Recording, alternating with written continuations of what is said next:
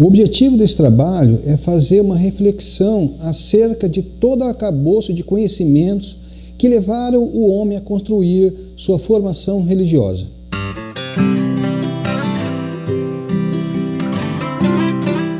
Antes de adentrarmos no assunto propriamente dito, precisamos destacar a diferença entre religiosidade e espiritualidade, que são duas coisas bastante distintas. A espiritualidade refere-se à essência do ser humano, à essência espiritual do ser humano. E a religiosidade é um caminho que leva o homem a essa busca, mas não é uma situação sine qua non. Ou seja, podemos ter pessoas muito religiosas sem nenhuma espiritualidade. A Idade Média está aí para provar isso. Como podemos ter pessoas altamente espiritualizadas sem se prender a uma linha religiosa. Portanto, devemos ter religiosidade e espiritualidade como duas coisas bastante distintas. Feita essa advertência, vamos entrar no nosso assunto propriamente dito. Estudos arqueológicos mostram que o homem, desde o seu primórdio, tinha uma inclinação à espiritualidade. As pesquisas mostram, por exemplo, as pessoas sendo enterradas com seus pertences, mostram descrições de rituais que eram realizados e, em algumas culturas, até processo de mumificação. Como ocorre isso? Tendo em si a essência, uma ideia primordial da espiritualidade, o homem não compreendia esse fenômeno. Através de fenômenos mediúnicos, que sempre existiram, isso é importante a gente deixar claro, tá? Muitas pessoas colocam a mediunidade como tendo surgido com o espiritismo, e não é isso. A mediunidade sempre existiu. Então o homem, ele via, por vezes, aquele ente falecido, através de um processo mediúnico, ele via aquela pessoa. E por não entender esse processo, ele imaginava que a pessoa voltava a viver com seu corpo físico. Por isso que eles enterravam as pessoas com seus objetos, seus pertences, para que ele, quando ele voltasse a viver, ele já teria tudo ali com ele. E em algumas culturas, tivemos processo de mumificação, que era uma forma de preservar o corpo físico, para que ele, quando ele voltasse a viver, o corpo estivesse ali pronto para ser revivido novamente. Então, esses estudos mostram que realmente já existia alguma coisa. O homem já tinha uma noção da espiritualidade. Mas, por não compreender esse processo, o homem começa em seu interior criar suposições. Por exemplo, os fenômenos da natureza, que ele não conseguia explicar, ele atribuía a Deus. Então, quando tinha uma boa colheita, é sinal que Deus estava feliz. Quando ocorria alguns fenômenos, catástrofes da natureza, era porque Deus estava irado. Então, o homem começa a buscar formas de agradar a Deus, para repelir essas catástrofes, esses fenômenos negativos da natureza e atrair as benesses de Deus. Como que se dá isso? Num primeiro momento, através de rituais. O homem começa, através de rituais, buscando agradar a Deus. Num segundo momento, começam as oferendas. O homem começa a oferecer parte da sua produção, alguns objetos, e ele faz essas ofertas de início buscando agradar a Deus. Esse fenômeno se intensifica, tá? E mais tarde começa a ter os sacrifícios. Primeiro os sacrifícios de animais e depois os sacrifícios humanos que ocorreram em muitas culturas. Então mostra o quê? Essa busca é o homem meio que tateando no escuro, tentando entender essa espiritualidade que ele não entendia, mas é evidente que essa busca já existia. O homem, mesmo sem entender, ele buscava essa espiritualidade. Nesse ponto, a humanidade já estava, digamos assim, preparada para receber os ensinamentos mais sistemáticos a respeito da espiritualidade. E aí surge, num primeiro momento, o brahmanismo, que é a primeira corrente religiosa que se tem registro de fato.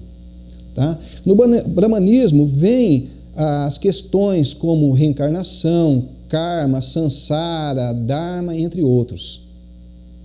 Então, Os deuses também não tinha como premissa um Deus único. Então tinha vários deuses. Era Brahma, Shiva, Ganesha, entre outros. E entre os livros sagrados que se tinha, nós tínhamos os Vedas, a Ramayana e o Mahabharata.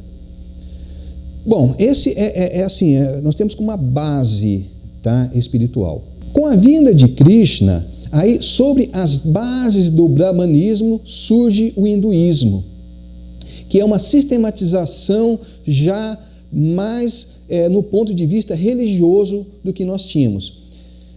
Krishna lança, com ele é ditado o livro Bhagavad Gita. Então, para o hinduísta, Krishna é a personificação de Deus, assim como aconteceu no cristianismo, onde muitos cristãos veem o Cristo como sendo a personificação de Deus. 1000 anos depois, na Mesopotâmia, surge Abraão, trazendo a ideia da unicidade de Deus, que vai se completar com Moisés, que vem 500 anos depois. E Moisés, além da questão da unicidade de Deus, traz a noção de justiça. No que se refere à questão da justiça, a lei mosaica se assenta nas penas de talião, trazendo aquela famosa expressão olho por olho, dente por dente. Então, é uma noção de justiça muito assemelhada à vingança, em total contradição com o amor, que ainda era muito incipiente nos meios religiosos de então. Moisés, porém, foi um marco no que concerne a trazer a religiosidade para as relações humanas. 500 anos depois, na Pérsia, é a vez de Zoroastro, ou Zaratrusta, que incorpora à espiritualidade o senso de moral.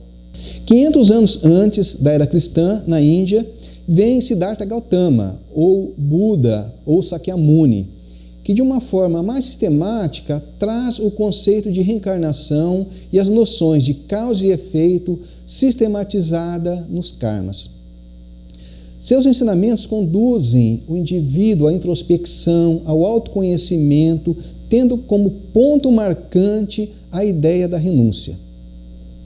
A questão da paz interior é tão marcante que foi capaz de conduzir a população tibetana, outrora um povo altamente vingativo e mercenário, nos tibetanos que hoje nós conhecemos. E em seguida, vem Cristo, trazendo toda uma releitura do que nós tínhamos em termos de espiritualidade, tá? Tirando aquela ideia daquele Deus vingativo para um Deus mais voltado ao amor. E Cristo também traz um ponto interessante. Até então, existiam muitas ordens fechadas e o conhecimento espiritual era mantido para determinados grupos de iniciados. E Cristo traz um conhecimento mais voltado ao povão, mais voltado à compreensão de qualquer pessoa. Tá? Seus conhecimentos eram bastante simples, ele não entra na questão da reencarnação e outras questões, mas traz um conhecimento totalmente voltado ao amor e o perdão. E Cristo, como nós falamos, ele foi visto pelos cristãos como sendo a encarnação de Deus. Então, muitos cristãos consideram Cristo como Deus vivo, o Deus encarnado, tá? Assim como aconteceu com o Krishna no passado. E os cristãos, eles têm geralmente como ápice. A partir daí, da vinda de Cristo, cessa esse processo da vinda desses profetas e tudo está terminado. Então, Cristo seria o ápice e com ele teria terminado todo esse processo, de vinda de pessoas enviados de Deus para trazer o conhecimento à humanidade. Já estaria cessado aí. No entanto, o próprio Cristo, ele deixa a promessa da vinda de alguém posterior a ele, que seria um enviado para trazer, continuar seus conhecimentos, continuar o seu legado. Os cristãos, em geral, acabam vendo isso como retorno de Cristo. Quando ele fala nesse segundo momento, os cristãos, em sua grande maioria, acreditam que o Cristo vai voltar.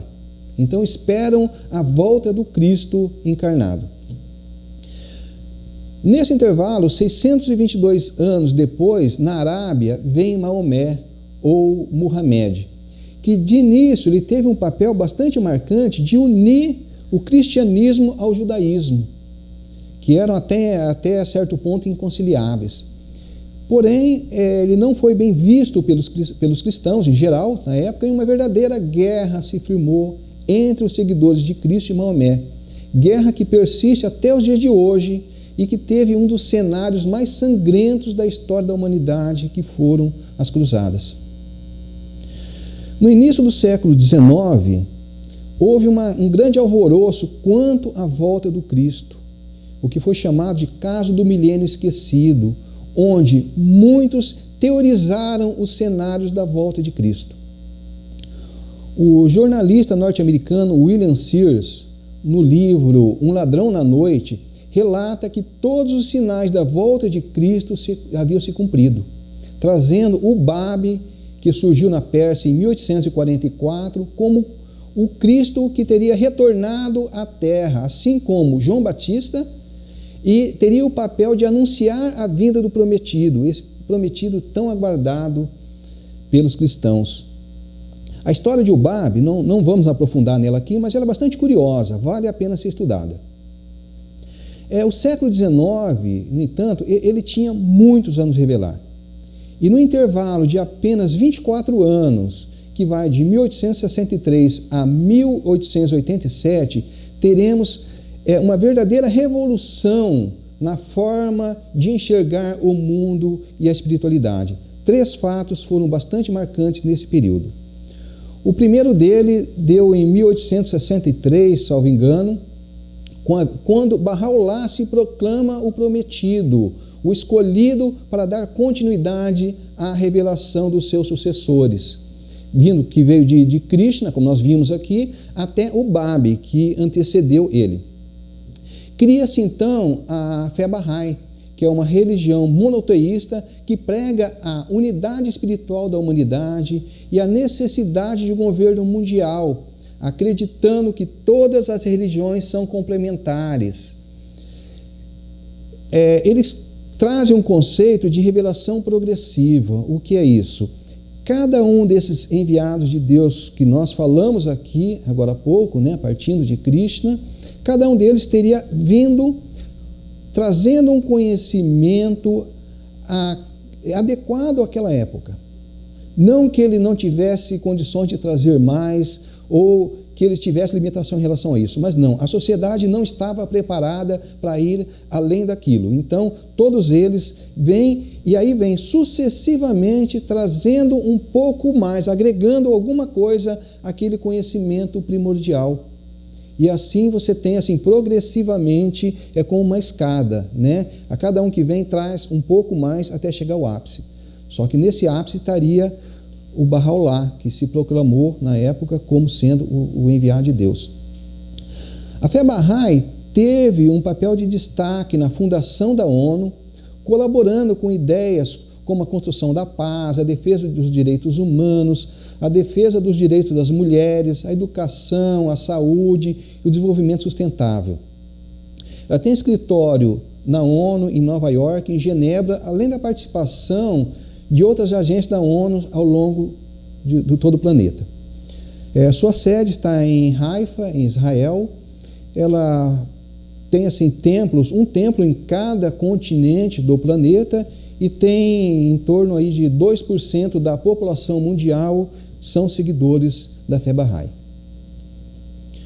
O segundo ponto que nós tivemos foi em 1857, quando foi editado o Livro dos Espíritos, que não só um livro, mas vem com ela toda uma codificação espírita. Então, houve, na verdade, uma revolução no que se refere à relação do homem com a espiritualidade. Em que sentido? Como nós falamos, o processo mediúnico sempre existiu, mas nunca teve um estudo sistematizado para tentar entender esse processo. E é Allan Kardec que faz esse estudo. Então, surge o Espiritismo, que nesse momento era visto mais como uma ciência do que uma religião em si. Então, não vamos aprofundar tanto sobre o espiritismo aqui também, né, por ser bastante conhecido, mas assim, é um fato bastante marcante na história da humanidade, porque, primeiro, ela vem fazer uma releitura do próprio cristianismo, tá? Ela muda a relação das pessoas. Veja bem, quando nós trazemos essa questão da comunicabilidade com o espírito, então a gente vê essa questão de amor universal que nós tínhamos, imaginávamos o amor em relação a todas as pessoas viventes. Então a gente começa a enxergar esse amor como extrapolando esses limites. Porque a maioria das pessoas que habitam o planeta são desencarnados. Então nós precisamos entender isso. E um outro fator interessante também é essa cooperação interplanetária, ou seja, existe uma cooperação entre os planetas, as diferentes orbes. Então pessoas podem desencarnar num planeta e encarnar numa outra. É lógico, a coisa, existe certos critérios para isso. Mas você percebe que existe uma união, não só mais entre encarnados e não só entre encarnados e desencarnados, mas algo que vai além, que abrange todo o universo. Então é realmente uma mudança muito grande. E um outro fator bastante interessante também é a questão, com a fé raciocinada, o Espiritismo ele fulmina esse abismo que existia entre a ciência e a religião. A gente vê aqui, momentos antes, na Idade Média, por exemplo, existia uma situação totalmente de animosidade muito grande, né? Bastava a pessoa expressar algum conhecimento científico que ela ia para a fogueira. Então, existia um abismo muito grande que foi criado na Idade Média. E o Espiritismo ele vem fulminar com esse abismo, trazendo a religião e trazendo para o mesmo, né, patamar a ciência e a religião. Tanto que Allan Kardec coloca claramente que, olha, se algum pressupostos do Espiritismo for comprovado de forma contrária pela ciência, opte pela ciência. A ciência está correta. Então, é uma mudança muito grande de paradigma. Não vamos adentrar muito também no Espiritismo, tá? Porque a ideia é a gente dar uma visão mais ampla dessas diferentes religiões. Um terceiro fenômeno que aconteceu no século XIX e que vem nortear nossa forma de enxergar o mundo não se refere a um processo religioso, mas um potencial meio de atingirmos a ideia da unidade mundial. Em 1887, o polonês Ludwig Lazar Zenianow, desculpe a pronúncia, é bem complicada, né? Cria o Esperanto, uma nova língua que teria o condão de ser uma língua universal, não mais imposta por processos colonialistas ou decorrente do poderio econômico de uma cultura e uma nação sobre as demais. O Esperanto é hoje falado por 2 milhões de pessoas espalhadas por 120 países. Então, boa parte, inclusive, dos materiais produzidos pela Federação Espírita Brasileira são traduzidos para o Esperanto. E notícias vindas da espiritualidade, por processo mediúnico, relatam que o Esperanto é estudado na esfera espiritual. Então, assim, não é uma religião em si, mas potencialmente algo que visa unir as pessoas do planeta inteiro sem essa barreira imposta pela linguagem, pelos diferentes idiomas. Um ponto interessante, né, que nós temos aí entre a fé Bahá'í e o Espiritismo é a abolição do ritualismo. A gente acaba com os rituais, por entender, desnecessários para se chegar à evolução espiritual, e também a questão da livre investigação da verdade. Bom, em 1930, surge no Japão a Seichi-no-ie, criado por Masaharu Taniguchi. Ele tem alguns pressupostos, como a valorização de todas as formas de vida, o respeito ao próximo, gratidão aos pais, a questão da reencarnação, lei da atração, cuidado ambiental, ela é bastante dinâmica, tá? A Seichi-no-ie, ela tem, assim, em poucos países, ela não teve realmente uma repercussão como essas outras linhas religiosas que nós falamos, mas qual a importância dela? Porque nós trouxemos ela aqui. Os ensinamentos da Seichi-no-ie, eles estão assentados no budismo, shintoísmo e cristianismo. Então, é bastante evidente essa ideia de não sectarismo religioso. E se a gente considerar que Maomé tinha como objetivo primeiro acabar com a divergência entre o cristianismo e o judaísmo, e considerando que o espiritismo sempre pregou o respeito a todas as demais religiões e que a fé Bahá'í tem como grande pilar a revelação progressiva vindo de Cristo até Bahá'u'lláh, e a Seitinoye, com essa base formada não numa única linha religiosa, mas pelo menos em três, que é o budismo, shintoísmo, budismo e cristianismo, nós falamos. Então, é marcante essa tendência de respeito mútuo e de união em toda a humanidade, no que pese essa pluralidade de filosofias, de religiões que se pratique. Então, é o que a fé Bahá'í vem denominar como unidade na diversidade. Então, a gente nota que existe uma tendência muito grande, vindo da espiritualidade, que começa lá atrás e vem até os dias de hoje, mostrando que a paz mundial não tem como pressuposto que todos nós unamos numa única religião, numa única corrente religiosa, que podemos construir um mundo em paz em sua multiplicidade de religiões, desde que haja respeito. Então, basicamente, essa é a síntese histórica que eu quis fazer aqui. Muitas correntes, não dá para falar sobre tudo, né? Então, muita coisa realmente, além do que foi falado aqui, nós temos muitas religiões xamânicas, africanas, indígenas, e entre outras, que não daria tempo para falar, que acabaria se estendendo demais. Acredita-se que a maior codificação religiosa da humanidade tenha sido destruída na dominação espanhola sobre os nativos da América, notadamente sobre os astecas, maias e incas, onde muito de suas crenças, muito pouco realmente essas crenças sobreviveu ao processo inquisitório decorrente da dominação espanhola. Então, infelizmente, se perdeu muita coisa e muita coisa realmente poderia ser revelada a partir daí. Mas o importante é isso, a ideia principal é a gente ver que nós não precisamos tentar se impor enquanto linha religiosa, não precisamos tentar nos impor como nossas crenças para a gente ter um mundo em paz. Podemos conseguir esse mundo em paz a despeito de toda divergência religiosa que possa existir. Hoje ainda a humanidade presencia, infelizmente, esse estado de guerra entre o islamismo e o cristianismo, tá? Que isso começou lá com as cruzadas e, infelizmente, as cruzadas ainda não terminaram. Mas acreditamos que isso vai passar e, em breve, nós vamos ter realmente um mundo onde todos nós podemos viver em paz a despeito de todo o pensamento religioso divergente que possamos ter. Então é isso, gente. Muito obrigado pela atenção.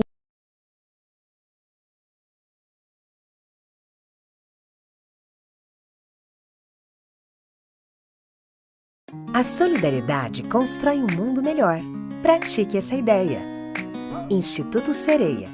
www.sereia.org. Seja um voluntário.